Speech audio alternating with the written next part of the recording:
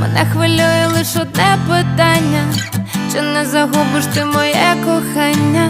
Чи ти його не втратиш, не проміняєш? Ти його ціну добре знаєш. Мене хвилює лиш одне питання, спитаю вперше і, мабуть, востаннє: чи ти його не втратиш, не загубиш? Чи ти так само мене любиш? Коли мені знову наснилось, що від тебе йду, і що я плачу, а ти знов не признаєш.